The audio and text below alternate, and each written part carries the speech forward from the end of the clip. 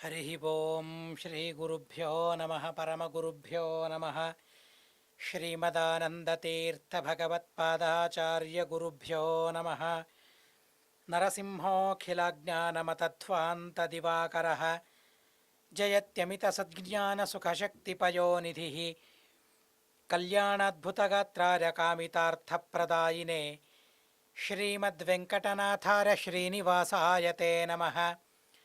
व्यासाय भवनाशाय श्रीशाय गुणराशये हृद्याय शुद्धविद्याय मध्वाय च नमो नमः।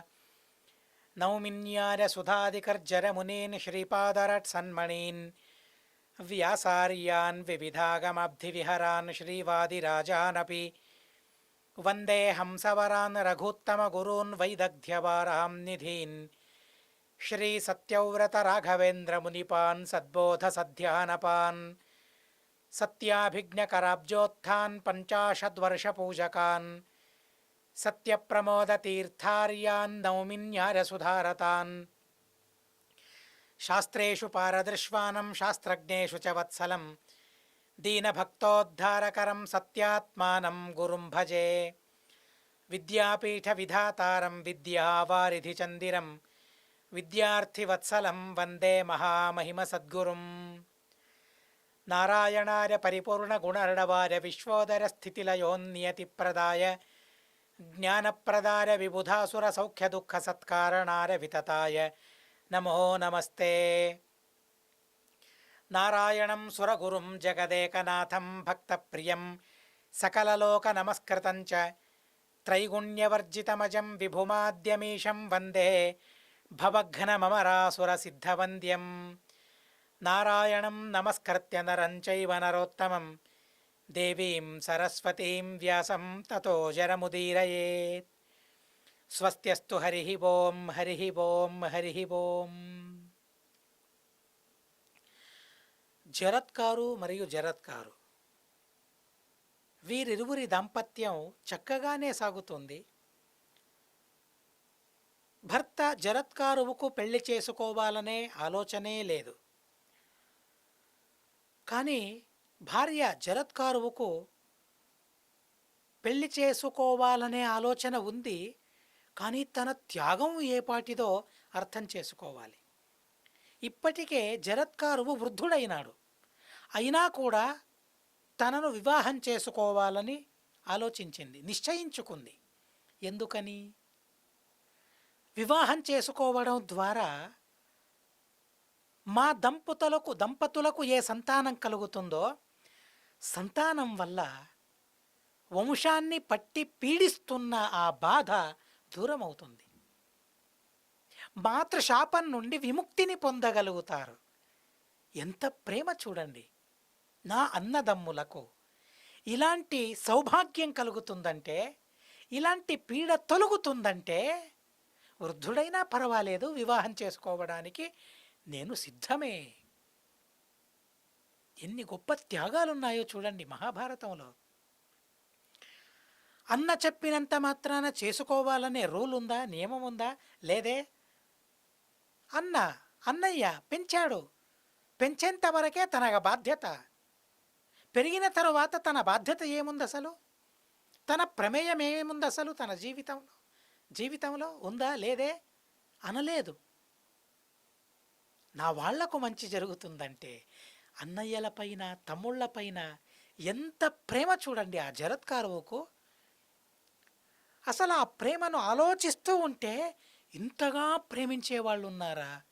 నటించేవాళ్ళు ఉన్నారండి, ప్రేమించేవాళ్ళు లేరు. మహాభారతంలోని ఈ ప్రేమను చూస్తే ఇలాంటి ప్రేమ మూర్తులను మనం గమనించినట్లయితే మాలోని ప్రేమ ఏపాటిది, ఎలాంటిది? అలా ప్రేమించింది అన్నదమ్ముల్ని ప్రేమించడం మాత్రమే కాదు, వృద్ధుడైన జరత్కారువును పెళ్లి చేసుకున్న తరువాత భర్తను కూడా అలాగే ప్రేమించింది. ప్రేమించేవాళ్ళు వారు వీరు అని చూడరండి. వీరు నా అన్నదమ్ములు ప్రేమించాలి, తను నా భర్త ప్రేమించాలి, తను లోపలివాడు ప్రేమించాలి, తను బయటివాడు ప్రేమించకూడదు, ఇలాంటి నియమాలు ఉండవు. దానికి జరత్కారువే గొప్ప దృష్టాంతం. గొప్ప దృష్టాంతం. భర్తను ప్రేమించింది. వృద్ధుడైనా భర్తను ప్రేమించింది. తనతోనే ఆ భర్త ఉండాలని, భర్తతోనే తను ఉండాలని తనకు కోరిక కలిగింది. కానీ ఆ కోరిక ఇట్టే మాయమవుతూ ఉంది. నిన్న మనం కథను విన్నాం. తన తొడపైన భర్త పడుకున్నాడు. ఎంత ప్రేమో చూడండి. పడుకున్నాడు, సాయంకాలం అయ్యింది. ఆహ్నికం చేయాలనే ఉద్దేశంతో మేలుకొలిపినప్పుడు ఇదొక నిమిత్తం. ఇదొక నిమిత్తం చేసుకున్నాడు తను. తనకు అసలు ఈ సంసారం అంటే ఇష్టం లేదు, పెళ్ళంటే ఇష్టం లేదు. తనకు తన పూర్వీకుల పైన గౌరవం, తన పూర్వీకుల వారిపైన ఆదరం, అభిమానం. ఎలాగైనా వారిని ఉద్ధరించాలనే ఆలోచన తనకు.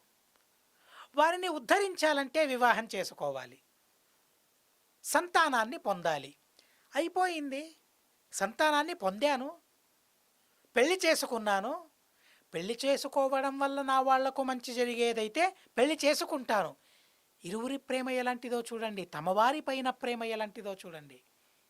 ప్రేమించాడు, పెళ్లి చేసుకున్నాడు, సంతానం కలిగింది. అది భార్యకు తెలియలేదు, కానీ భర్తకు తెలిసిపోయింది. ఎలాగోలాగా ఇక్కడి నుంచి మళ్ళీ వెళ్ళిపోవాలి. నేను సుఖంగా తనతో సంసారం చెయ్యలేను.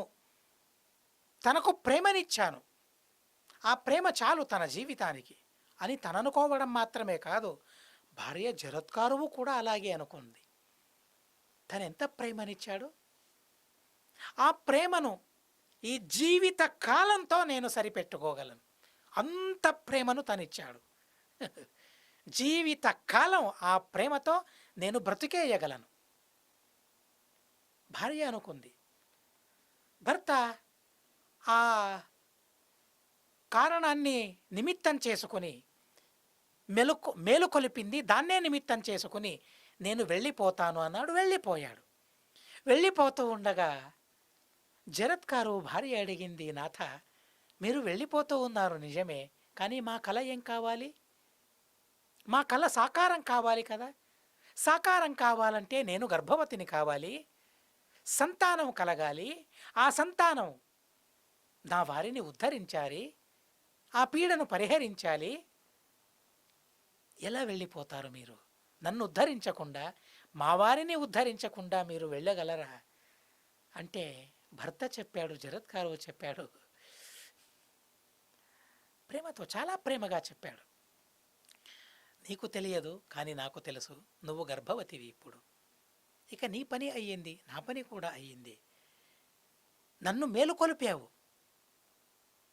నేను మేలుకున్నాను. ఏం చేయాలనే భావన నాకుంది, ఏం చేయాలనే కల నాకుందో ఆ కలను నేను నెరవేర్చుకోవాలి. భగవంతుణ్ణి ఆరాధించాలి, భగవంతుని మెప్పును నేను పొందాలి. సరే, నేను నా వాళ్ళ మెప్పును పొందడం కోసం, నువ్వు నీ వాళ్ళ మెప్పును పొందడం కోసం వివాహం చేసుకున్నావు. ఆ కార్యం కాస్త అయిపోయింది. ఇక ఎందుకు ఉండడం? ఆ భగవంతుని ఆరాధించడానికి నేను వెళతానన్నాడు. సరే అంది. తన వియోగాన్ని సహించకుండా ఉంది. అయినా కూడా తన గమ్యం ఏంటి, తన గురి ఏంటి, తనేమనుకున్నాడు, తన సంకల్పం ఏంటి, భర్త యొక్క సంకల్పం ఏంటో, ఆ సంకల్పంలోని దృఢత ఏంటో, ఎంత దృఢంగా ఆ సంకల్పం ఉందో, ఎంత దృఢంగా సంకల్పించుకున్నాడో, తన గురి ఎంత గొప్పదో, తన గురి ఎంత శాశ్వతమైనదో, తన గురిలో ఎంత పరిశుద్ధత ఉందో దాన్ని గమనించింది. గమనించి సరే అంది. భర్త వెళ్ళిపోయాడు. ఈ మాటను నువ్వు వాసుకి చెప్పాలి. సరే, వాసుకి అన్నయ్య మరుసటి రోజు కనపడ్డాడు. కానీ జరత్కారువు కనిపించలేడు, బావ కనిపించలేదు. బావ కనపడకపోవడంతో తనకు మళ్ళీ బాధ కలిగింది. ఇదేంటి, చెల్లి దగ్గరికి వెళ్ళాడు. ఏం చెల్లెమ్మ, నువ్వు చేసిన పనేంటి, ఎక్కడికి వెళ్ళాడు బావ అని అడిగితే జరిగినదంతా పూసగుచ్చినట్లు చెప్పింది చెల్లెమ్మ. చెబితే కాస్త బాధపడ్డాడు. అవునే, నేను నీకో మాట చెప్పానే, మీ వివాహం ఎందుకోసమని జరిపించాను, మీకు కలిగే సంతానం వల్ల ఈ పాము యోనిలో ఉన్న వాళ్ళందరికీ కూడా సుఖం కలుగుతుందనే కదా. ఆ జనమేజయుడు ముందు చేసే ఆ యజ్ఞాన్ని ఆపే సామర్థ్యం ఉన్న సంతానాన్ని కలుగుతుందని కదా బ్రహ్మదేవుల వారు చెప్పారు. గర్భవతివి కాకుండా ఎలా నీ భర్తను విడిచిపెట్టావు అని నిలదీసినట్లే అడిగాడు, ప్రేమతోనే అడిగాడు. జరత్కారు చెల్లికి అనిపించింది, అన్నయ్య నిజమే, కానీ నా భర్త గురించి ఓ మాట నేను చెబుతాను, నా భర్త గురించి నేను మాట చెబుతాను. చాలా చక్కగా తను చెప్పింది. ఎంత అర్థవత్తమైన మాట అంటే, స్వైరేష్వపి నతేనాహం స్మరామి పితథం వచ ఉక్తపూర్వం కుతో రాజన్ సంపరాయే సవక్షతి. అన్నయ్య, నా భర్త ఏదో నువ్వు వివాహం చేశావు అని తన పైన నాకు అభిమానమని కాదు, కానీ తన గుణాలను నేను చూశాను, తన నిజాయితీని నేను చూశాను, తన ధర్మాన్ని నేను చూశాను, తన ఆర్తిని నేను గమనించాను. ధర్మాన్ని పూర్ణంగా చేయలేకపోతున్నానే అనే బాధను నేను గమనించాను. ఇంతకాలంలో దాదాపు 1 సంవత్సరం, ఈ కాలంలో అసలు అబద్ధం తను ఆడలేదు, అబద్ధమే తనెరవడు. స్వైరేష్వపి నతేనాహం అంటే ఏదో వార్తాలాపం చేస్తూ ఉన్నప్పుడు కూడా తను అబద్ధమాడడు. తన మాటలు వ్యర్థమైన మాటలే తనాడాడు అసలు. అంత ఆ నియమాన్ని సాధించిన మహామనీషి తను అన్నయ్య. అలాంటి మహామనీషి చెప్పాడు, ఏదో నాకు ఇప్పుడు కూడా అనుభవానికి రావడం లేదు నేను గర్భవతిని అని, కానీ నా వారు చెప్పారు, నా భర్త చెప్పారు కనుక తన మాట పైన నాకు విశ్వాసం ఉంది. అస్థీత్యుక్త్వా గతః, నువ్వు గర్భవతివి, నీ కడుపులో గర్భం ఉంది, నీ కడుపులో సంతానం ఉంది, తను మహాజ్ఞాని అవుతాడు అని తను నాకు నచ్చచెప్పి వెళ్ళిపోయాడు. తన మాటల్ని అబద్ధమని నేను ఎలా అనుకోగలను? సాంత్వమానార్థదానైశ్చ పూజయా చారు రూపయ. తరువాత ఇక వాసుకి చాలా సంతోషం కలిగింది. సరే, నీ వారిపైన నీకెంత మమకారమో, నీకెంత ప్రేమో, నీకెంత నమ్మకమో అంతకన్నా ఎక్కువ నమ్మకం నాకు. తను ఋషి, మహామనీషి, నిజమే. చాలా సంతోషంగా ఆ తరువాత గర్భవతి అయిన తన చెల్లెల్ని చాలా సంతోషంతో సంరక్షిస్తూ ఉన్నాడు. అన్న చెల్లెళ్ళ కథ ఎంత అద్భుతమైన కథ అంటే, ఎంతటి ప్రేమమూర్తులు వారంటే, పాముల సంతానమంతా సుఖంగా ఉండాలని వారిరువురి తపన ఎలా ఉందంటే, ఎలా పరితపిస్తూ ఉన్నారంటే, అన్నకు అన్న, చెల్లెలికి చెల్లి, ఇద్దరూ కూడా అదే విధంగా చాలా సంతోషంగా ఉన్నారు. సోదర్యాం పూజయామాస స్వసారం పన్నగోత్తమ. ఆ చెల్లెల్ని తను పూజిస్తూ ఉన్నాడు, తనకు కావలసిన పదార్థాలని తనకు అందిస్తూ ఉన్నాడు. ఇలా ఉన్న సందర్భంలో గర్భవతి అయిన ఆ జరత్కారువు సరిగ్గా 10 మాసాలు గడిచిన తరువాత ఓ కుమారునికి జన్మనిచ్చింది. తనకు సంతానం కలిగింది. చూడ్డానికి దేవతల్లా తనున్నాడు. అలాంటి అత్యద్భుతమైన ప్రకాశం తను పెరిగాడు. తనకు ఆస్తిక అని పేరు పెట్టారు. ఎందుకని? అస్థీత్యుక్త్వా గతో యస్మాత్ పితా గర్భస్థమేవతం. తను గర్భంలో ఉన్నప్పుడే తల్లికే తెలియలేదు, అయినా తండ్రికి తెలిసింది. నీ కడుపులో, నీ ఉదరంలో గర్భం ఉంది, కుమారుడు ఉన్నాడు, తను పుడతాడు, మహాజ్ఞాని అవుతాడు, తను మీ వంశానికి మంచి చేస్తాడు, తన వల్ల నీ వంశం ఉద్ధారమవుతుంది, ఈ విషయంలో సందేహం లేదు అని వెళుతూ అస్థి ఇతి ఉక్త్వా గతః. నీ గర్భంలో అస్థి ఉన్నాడు అని చెప్పి వెళ్ళాడు. కనుక తన భర్త జరత్కారువు యొక్క స్మరణ కూడా నాకు కలగాలి, తన ఆ కరుణ ఎల్లప్పుడూ నేను స్మరించుకోవాలి. ఆ కొడుకును పిలిచినప్పుడల్లా నా భర్త నన్ను ఎలా కరుణించాడో, నా పైన ఎలాంటి దయ చూపాడో, ఆ దయ నాకు అర్థం కావాలనే ఉద్దేశంతో జరత్కారువు తల్లి ఆ కొడుకుకి ఆస్తిక ఆస్తిక అని పేరు పెట్టింది. సబాలదేవ తత్రస్థ చరన్ అమిత బుద్ధిమాన్ గృహే పన్నగరాజస్య ప్రయత్నాత్ పరిరక్షిత. ఆ వాసుకి భవనములోనే, ఆ సర్పలోకములోనే, నాగలోకములోనే ఆ ఆస్తికుడు పెరుగుతూ ఉన్నాడు. ఆస్తికుణ్ణి పరిరక్షిస్తూ ఉన్నాడు. చిన్నప్పుడే వేదాంతాలను తను అధ్యయనం చేశాడు. అధ్యయనం చేసి అక్కడున్న పాములనన్నిటినీ కూడా సంతోషపరుస్తూ ఉన్నాడు. శౌనకవుల వారన్నారు, యదపృచ్ఛత్తదా రాజా మంత్రిణో జనమేజర పితుస్వర్గగతిం తన్మే విస్తరేణ పునర్వద. పరీక్షిన్ మహారాజు కాలవశమైన తరువాత జనమేజయుడు మంత్రుల్ని అడిగాడు, నా తండ్రి ఎలా చనిపోయాడు, ఎలా మరణించాడు? ఆ విషయాన్ని మీరు ఇదివరకే చెప్పారు, మరోసారి వినాలనే కుతూహలం నాకు, కనుక మళ్ళీ చెప్పమని అడిగారు. పునర్వద, మళ్ళీ చెప్పమని వాళ్ళు అడిగారు. అడిగితే మళ్ళీ ఉగ్రశ్రవస్ ఆ గాథను వివరంగా చెబుతూ ఉన్నారు. పరీక్షిన్ మహారాజు తను ఎలా రాజ్యమేలాడు ఎంత అద్భుతంగా చెప్పారంటే, ఈ అధ్యాయంలో 49వ అధ్యాయంలో ఎంత చక్కగా చెప్పారంటే, చాతుర్వర్ణ్యం స్వధర్మస్థం సకృత్వా పర్యరక్షత. రాజ్యాన్ని సంరక్షించడం అంటే ఏంటి? ఏంటి అసలు రాజ్యాన్ని సంరక్షించడం అంటే? ప్రజలందరూ కూడా వారి వారి ధర్మాలను చక్కగా వారు పరిపాలించాలి.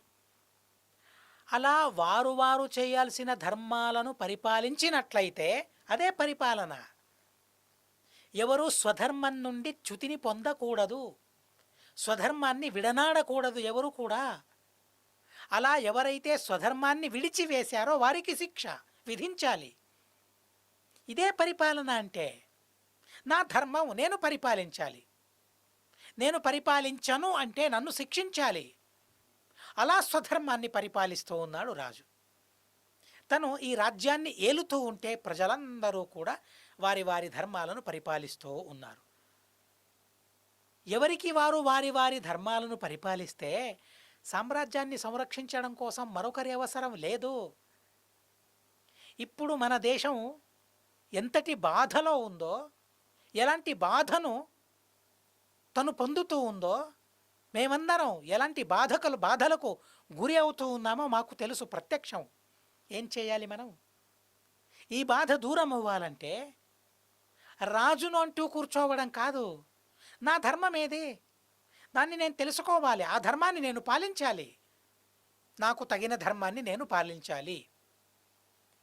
నాకు తగిన ధర్మాన్ని నేను పాలిస్తే రాజ్యాన్ని ఏలేవాళ్ళ అవసరం లేదు అసలు. ప్రతి ఒక్క ప్రజల కర్తవ్యం, ప్రజలే రాజులు, ప్రజలే పరిరక్షకులు. మన ధర్మాన్ని మనం చేద్దాం. బ్రాహ్మణులం కదా, సంధ్యావందనం చేద్దాం, భగవంతుణ్ణి పూజిద్దాం. క్షత్రియులు, వైశ్యులు, శూద్రులు వారి వారి ధర్మాలను వారు పాలించాలి. గౌరవపూర్వకంగా వారి వారి ధర్మాలను వారు పాలిస్తే ఇక ఏలిక ఎందుకు, ఏలడం ఎందుకు? రాజు నామకే వాస్తే అంటారు కదా, పేరుకు మాత్రమే రాజు తను, అలా ఉండాలి. కానీ రాజు ఎందుకు ఉండాలంటే ఎవరు ఆ ధర్మాన్ని పరిపాలించరో వారిని శిక్షించడానికి రాజు ఉండాలి. ఎవరు పరిపాలిస్తూ ఉన్నారో వారికి ఏ విధమైన విఘ్నాలు, ఆతంకాలు రాకూడదు. ఆతంకాలు రాకుండా చూసుకోవడం రాజు యొక్క ధర్మం. పరీక్షన్ మహారాజు అలా రాజ్యాన్ని పరిపాలిస్తూ ఉన్నాడు. ప్రజలందరూ తమ తమ ధర్మాలను పాలిస్తూ ఉన్నారు. ద్వేష్టారస్తస్య నైవాసన్ సచ ద్వేష్టిన కంచన. పరీక్షన్ మహారాజును ద్వేషించేవారెవరూ లేరట ఆ రాజ్యంలో. పరీక్షన్ మహారాజు కూడా ఎవరినీ ద్వేషించేవాడు కాదు. బ్రాహ్మణులు, క్షత్రియులు, వైశ్యులు, శూద్రులు వారందరూ కూడా స్వకర్మసు, తమకు విహితమైన కర్మలలో స్థితాహ, పరిపాలిస్తూ ఉన్నారు. వారి వారి కర్మలను పరిపాలిస్తూ ఉన్నారు. ఎలా? సుమనసః. అరే బ్రాహ్మణుడు, ఆ క్షత్రియుని ధర్మం చాలా బాగుంది కదా, కాలు మీద కాలు వేసుకొని కూర్చోవడం, ఆ వైభోగాలను అనుభవించడం చాలా మంచి ధర్మం కదా అని అనుకునేవాళ్ళు కాదు. క్షత్రియుడు ఆ బ్రాహ్మణుని ధర్మం, కర్తవ్యాలు ఏవైతే ఉన్నా చాలా చక్కగా ఉన్నాయే, ఇలాంటి బాధలు లేవు, ఎలాంటి బాధలు లేవు, బాధ్యతలు లేవు, బాధలు లేవు, బాధ్యతలు లేని, బాధలు లేని, తన ధర్మం అనేవాళ్ళు కాదు క్షత్రియులు. తమ తమ ధర్మాలను ఎంత చక్కగా ప్రేమించుకునేవారంటే, ధర్మాన్ని ప్రేమించే వారికే అందరినీ ప్రేమించే అర్హత కలుగుతుంది. ఎవరైతే తన ధర్మాన్ని ప్రేమించగలడో తను మరొకరిని ప్రేమించగలడు. ఎవరు తన ధర్మాన్ని ప్రేమించడం తన వల్ల కాదో తనకు ఎవరినీ ప్రేమించడం తన వల్ల సాధ్యం కాదు. గమనించాలి ఈ విషయాన్ని. మహాభారతం మనకు బోధిస్తుంది. అలా అసలు తనకు విహితమైన ధర్మాన్నే ప్రేమించలేనివాడు తల్లిదండ్రుల్ని ఎలా ప్రేమిస్తాడు? భార్యను తను ఎలా ప్రేమిస్తాడు? తన కొడుకుల్ని కానీ కూతురుల్ని కానీ ఎలా ప్రేమించగలడు తను? దేశాన్ని ఎలా ప్రేమించగలడు తను? భగవంతుణ్ణి ఎలా ప్రేమించగలడు తను? ఇరుగు పొరుగు వారిని ఎలా ప్రేమించగలడు తను? ఇంకొకరిని ప్రేమించాలంటే తన ధర్మాన్ని తను ప్రేమించాలి. అలా సుమనసహ మహాభారతం ఎంత చక్కగా చెబుతూ ఉందో చూడండి. తమ తమ ధర్మాలను సుమనస్కులై ఆయా ధర్మాలను వారు పాలించేవారట. రాజ్ఞా స్వధిష్ఠితా, రాజ్యంలో విధవలు ఉంటారు, అనాథలు ఉంటారు, తప్పు చేసిన వాళ్ళు ఉంటారు, తప్పు చేయకూడనిది అని అనుకునే వాళ్ళు ఉంటారు, అనాథలు ఉంటారు, కృపణులు ఉంటారు, దైన్యులు దీనులు ఉంటారు. అందరినీ తను పాలించేవాడట. వారి బాగోగుల్ని గమనించేవాడు, వారి గోడును వినేవాడు తను. అందరికీ తను సులభంగా దొరికేవాడు. మహాభారతం చాలా చక్కగా చెబుతుంది. సుదర్శ సర్వభూతానాం ఆసీత్ సోమ ఇవాపర. ఎంత అద్భుతమైన ఉపమానం ఇస్తుందో. చంద్రుణ్ణి చూడని వారెవరు? చంద్రుడు ఎవరికి కనిపించడు? ఇతనికి నేను కనిపించను అని చంద్రుని ఇతిహాసంలో ఉందా? లేదే. అందరికీ తను సులభుడు. చంద్రుడు కానీ, సూర్యుడు కానీ, నక్షత్రాలు కానీ అందరికీ కనిపిస్తాయి. ఓ, నా ఇంటిపైనే చంద్రుడు ఉన్నాడు అని మనమందరం అనుకుంటామే. నన్ను సంరక్షిస్తూ ఉన్నాడు అని రాజు అని వాళ్ళందరూ అనుకునేవారట. చంద్రుడు ఎలా సులభమో, సుదర్శనుడో అలాగే రాజు వారందరికీ సులభంగా దొరికేవాడట. కష్టంలో ఉన్న వారందరికీ తన సందర్శనం దొరికేది. మధ్యలో ఎవరు అడ్డుపడేవారు కాదు. అలాంటి మహానుభావుడు పరీక్షిత్ మహారాజు. కృపాచార్యుల దగ్గర తను ధనుర్విద్యను నేర్చుకున్నాడు. గోవిందస్య ప్రియశ్చాసీత్ పితాతే జనమేజర. గోవిందునికి పరీక్షిత్ అంటే మహాప్రీతి. అంతటి గోవిందుని ప్రేమను సంపాదించుకున్నవాడు నీ తండ్రి మంత్రులు చెబుతూ ఉన్నారు. పరీక్షిత అని ఎందుకు పేరు వచ్చింది? అనేక కారణాలున్నాయి. ఇక్కడ ఒక కారణం చెబుతూ ఉన్నారు. ఆ కురుకులం పరిక్షీణమవుతూ ఉన్న సందర్భంలో తను జనించాడు కాబట్టి, పరిక్షీణమవుతూ ఉన్న కులంలో జనించాడు కాబట్టి పరీక్షిత అని ఒక పేరు. భగవంతుని చేత పరిరక్షితుడయ్యాడు కాబట్టి పరీక్షిత అని. గర్భంలో తనున్నప్పుడు పరితః ఈక్షితుడయ్యాడు అంటే ఆ జీవుణ్ణి భగవంతుడు చుట్టూ చూశాడు కనుక పరీక్షితుడయ్యాడు. ఇలా ఎన్నో కారణాలతో తను పరీక్షితుడయ్యాడు. బాలకుడైన ఉన్నప్పుడే తన అభిషేకం చేశారు. కథం నిధానమాపన్న పితామమ తథావిధ. అలాంటి ధార్మికుడు నా తండ్రి, కానీ ఇలాంటి మరణం ఎందుకని వచ్చింది? కాస్త విస్తారంగా చెప్పాలి అన్నప్పుడు వెనుక ఆ గాథను మనం విన్నాం. ఆ గాథను ఇప్పుడు చెబుతూ ఉన్నారు. లేదు, మీ నాన్న పరీక్షిత్ మహారాజు వేటాడడానికని అడవికి వెళ్ళాడు. ఒక మృగాన్ని కొట్టాడు బాణంతో. ఆ మృగము కనుమరుగైపోయింది. వెతుకుతూ వెళ్ళాడు. శమీక మహర్షి ఆశ్రమానికి వెళ్ళాడు. గోశాలలో శమీక మహర్షి ఉన్నాడు. మౌన వ్రతాన్ని పాలిస్తూ ఉన్నాడు. కానీ తను మౌన వ్రతాన్ని పాలిస్తూ ఉన్నాడనే విషయం రాజుకు తెలియలేదు. దాహం అన్నాడు, ఆకలి అన్నాడు. మృగం ఎక్కడికి వెళ్ళింది అని అడిగాడు. దేనికి సమాధానం లేదు. ధర్మం గురించి తను అడిగితే తను జవాబు చెప్పేవాడేమో, కానీ మృగం ఎక్కడికి వెళ్ళింది అని అడిగాడు కాబట్టి సమాధానం ఇవ్వలేదు. అవమానం జరిగింది అనుకున్నాడు తను రాజు. అక్కడే చనిపోయిన పామును బాణంతో లేవనెత్తి మెడలో వేశాడు. దాన్ని గమనించిన శమీక మహర్షి యొక్క కొడుకు శృంగి క్రోధోద్దీప్తుడై 7 రోజుల్లో తక్షకుడు నిన్ను కాటేసి చంపుతాడని శపించాడు.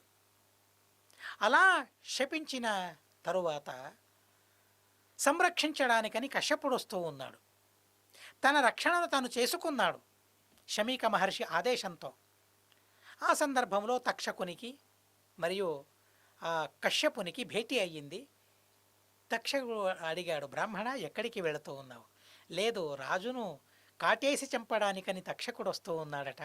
ఆ విషయాన్ని పరిహరించి రాజును సంరక్షించాలి. ఎదురుగా ఉన్న చెట్టును కరిచాడు, కాటేశాడు. క్షణంలో బూడిదయ్యింది.